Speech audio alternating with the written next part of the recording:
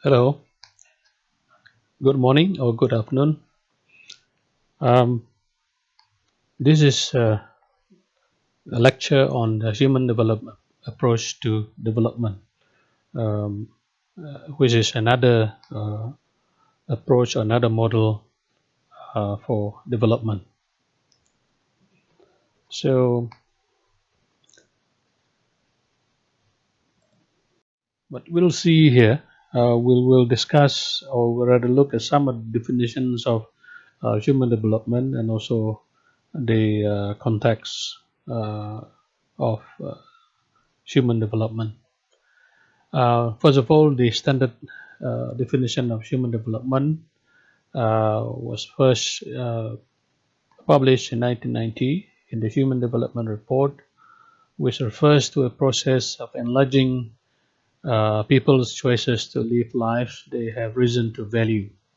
All right, so whatever life that is, whether you will be a farmer, you are a teacher, you are a businessman, and so on and so forth. Yeah. So the most critical ones are to lead a long and healthy life. So you must have a long, healthy life. Okay, and to be knowledgeable and to enjoy a decent standard of living. However, there is a broader definition which was published in 2010, yeah, in the Human Development Report, um, which define the human development as the expansion of people's freedom um, to live long, healthy, and creative lives, and also to advance other goals they have reason to value, and to engage actively in shaping development equitably uh, and sustainably on a shared planet. Okay, so in 1990, the first Human Development Report introduced this new approach with the goals of advancing human well-being to improve human life. So the human development approach is basically about expanding the richness of human life rather than simply the richness of the economy or how rich the country is in which human beings live. So it is an approach that is focused on people rather than the country or rather than the economy, and it also focuses on their opportunities and uh, choices. Okay, so the focus is on the people rather than the, as I said, the economy of the country. Now, so human development um, focuses on improving the lives people lead rather than assuming the economic growth uh, will will lead automatically, yeah, to greater well-being for all.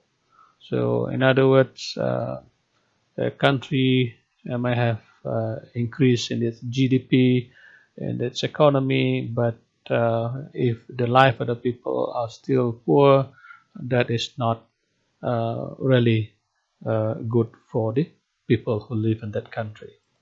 So in human development approach, the income is only seen as a means to development rather than an end at itself. So what can you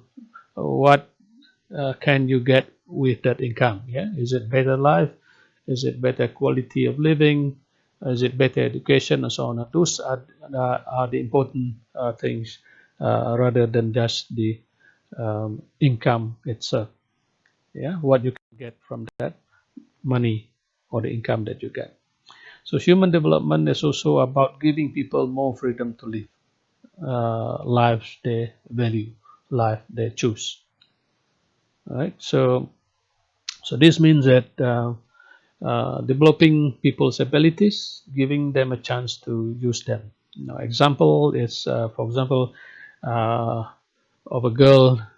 Um, Educating a girl would build her skills and knowledge, but it is of little use if she is denied access to jobs, if there's no opportunity given for her to be employed, yeah, or if she doesn't have the right skills for local labor market. I mean, she may have knowledge and so on, but the skills and knowledge are not applicable to the local market, so that would be uh, useless as well.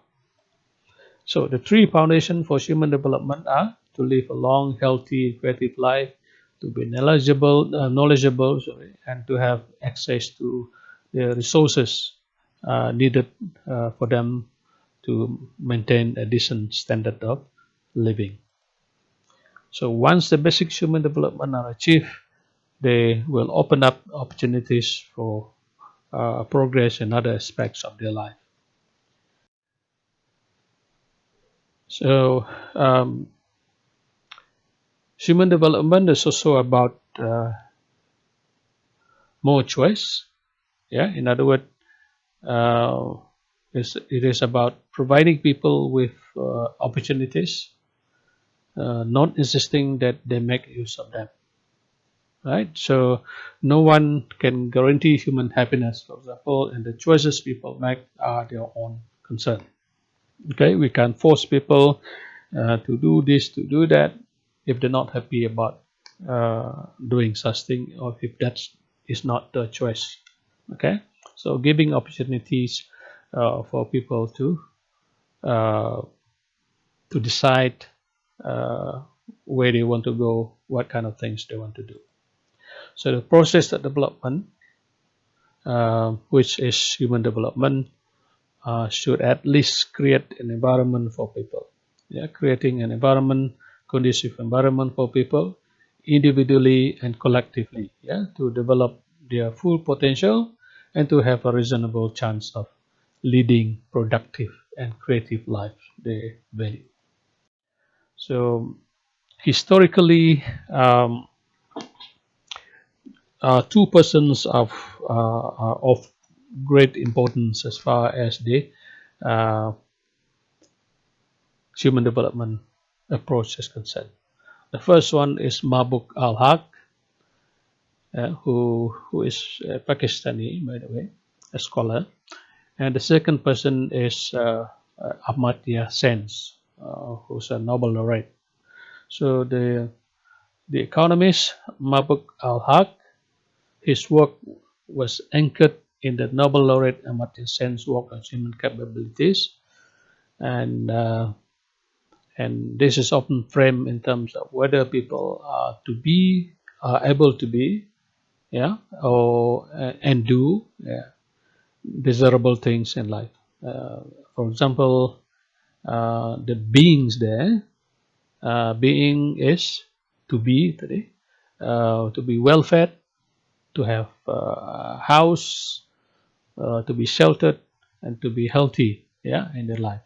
So in other words, having access to medical facilities, having access to job, yeah, where they can earn income, having opportunities to own houses and so on. That's the being.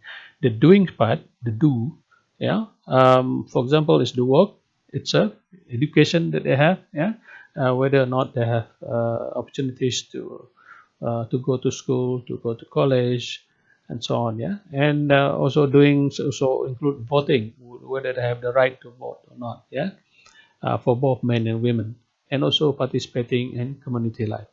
So freedom of choice is central actually to the human development approach.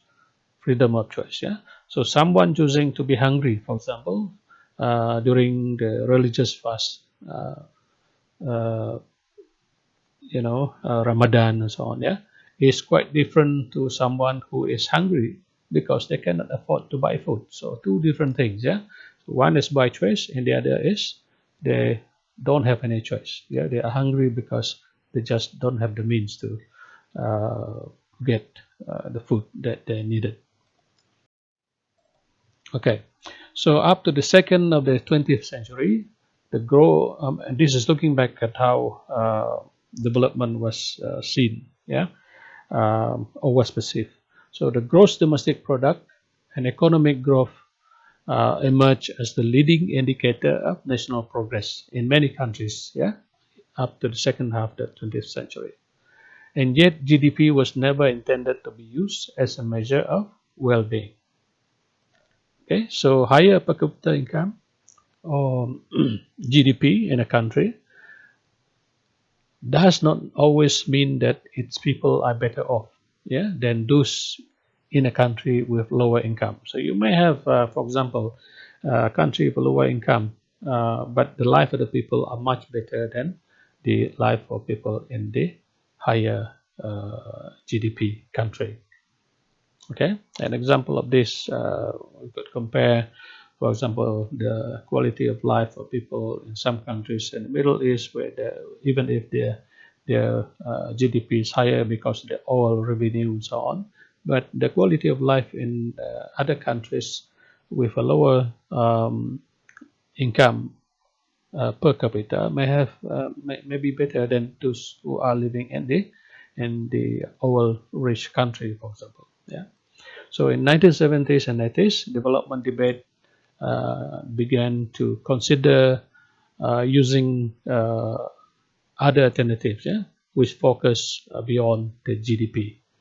Uh, so including putting greater emphasis on employment, for example, on the redistribution with growth, and then whether people had the basic needs met, and so on. So these are the debates then. And these ideas help to pave the way for human development approach. Yeah, not only the approach but also on how uh, the human development is measured as well. So according to Amartya Sen, um, the people are the real wealth of nations. Yeah? So the contrast between what great things human beings can achieve and what limited lives most women and men end up living is truly remarkable. And according to Mabuk al-Haq, the objective for development is to create an enabling environment for people to enjoy long, healthy, and creative life. And if you want to, this is a good what do you call video here. You just click on this YouTube, and you can watch that later on. I've seen that a few times already. Okay, so Sen is the one who began to popularize the human development approach based on Mahbub's Al-Haq's ideas. Yeah. Okay. So the human development approach is shifting the focus of development economics from a national income accounting to people-centered policies. Right. So the report, the 1990 report, Human Development Report, is not just any report that UNDP might commission on a given development theme, nor is it a status report for monitoring development. It has a much broader ambition. Yeah, for example, setting out a comprehensive approach to development, including an agenda of policy priorities, tools of analysis and measurement, and also a coherent conceptual framework. Okay, so the emergence of human development approach so it was Amartya Sen's work on capabilities and functioning that provided the strong conceptual foundation for the new approach or the new paradigm. So his approach defines human development as a process of enlarging a person's functionings and capabilities. Yeah, functionings and capabilities to function, the range of things that a person could do and be in her or his life, expressed in human development reports as expanding choices. Yeah, this is according to Amartya Sen in 1989. There was further improvement after that. So Sen continued to influence the evolution of human development approach refining and broadening the basic concepts, the three basic concepts early on, and measurement tool as new areas of policy changes were tackled. Yeah, from, for example, sustainable development UNDP 1994 to gender equality in 1995, and then it further improved to include poverty issue 1997, and then also um, it evolved into the consumption and sustainable development in 1998, and the human rights in 2000, in the year 2000, and also democracy 2002. So there has been a lot of um, changes, yeah, um, new areas of policy changes, yeah, over the years. Now, so measuring human development. So one of the more important achievement of human development approach has been to ensure a growing acceptance of the fact that monetary measures such as GDP per capita, which was previously used in other models of development, these are inadequate proxies of development. Okay, in other words, just measuring how much income the country has is not enough to really measure whether or not people in the countries are also developing as well. So the first Human Development Report introduced the Human Development Index, and I think you are familiar with this, HDI, as a measure of achievement in the basic dimensions of human development across countries. So Human Development HDI or Human Development Index is indeed different from most development model. So the critical difference between most previous models and the Human Development Index is that most development models exclusively focus on the expansion of income. I remember I've mentioned that earlier on. The focus is more on how rich the country is. Yeah? While the Human Development Index embraces the enlargement of all human choices, talking about having the opportunities and choices, economic, political, social, and cultural, which all affect income. Okay. Now you can look at this. There's another YouTube here, which you can uh, see for yourself later on, an illustration of the process, yeah, of how human development index should be measured. Okay, so human development index emphasizes the outcomes of for people as well as their capabilities. Yeah, so it accounts for average achievements in number one. One of the dimension is on life expectancy. Life expectancy is really a proxy for leading a long and healthy life, right? And education is number two, is also a proxy for being knowledgeable, and income per capita is a proxy for command over resources to have a decent standard of living. In other words, the income itself is nothing unless that income is used to improve your life. If you want to buy, for example, a better house, enjoy your holiday, buy a car, and so on and so forth. These are ways to improve the standard of living. Okay, so the Human Development Index, basically the three components. Yeah? Number one is the long and healthy life, and then you have second one is knowledge, and third one is decent. And under long and healthy life, we have, for example, life expectancy index or the life expectancy at birth as the measurement. Yeah, and then for knowledge, the education index, for example, how many mean years of schooling, or expected years of schooling as a measure of level of knowledge.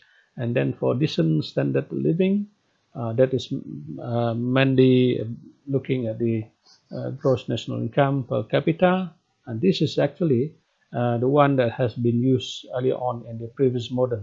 But these two aspects here, that knowledge and long life, was neglected, was not even considered in the earlier model.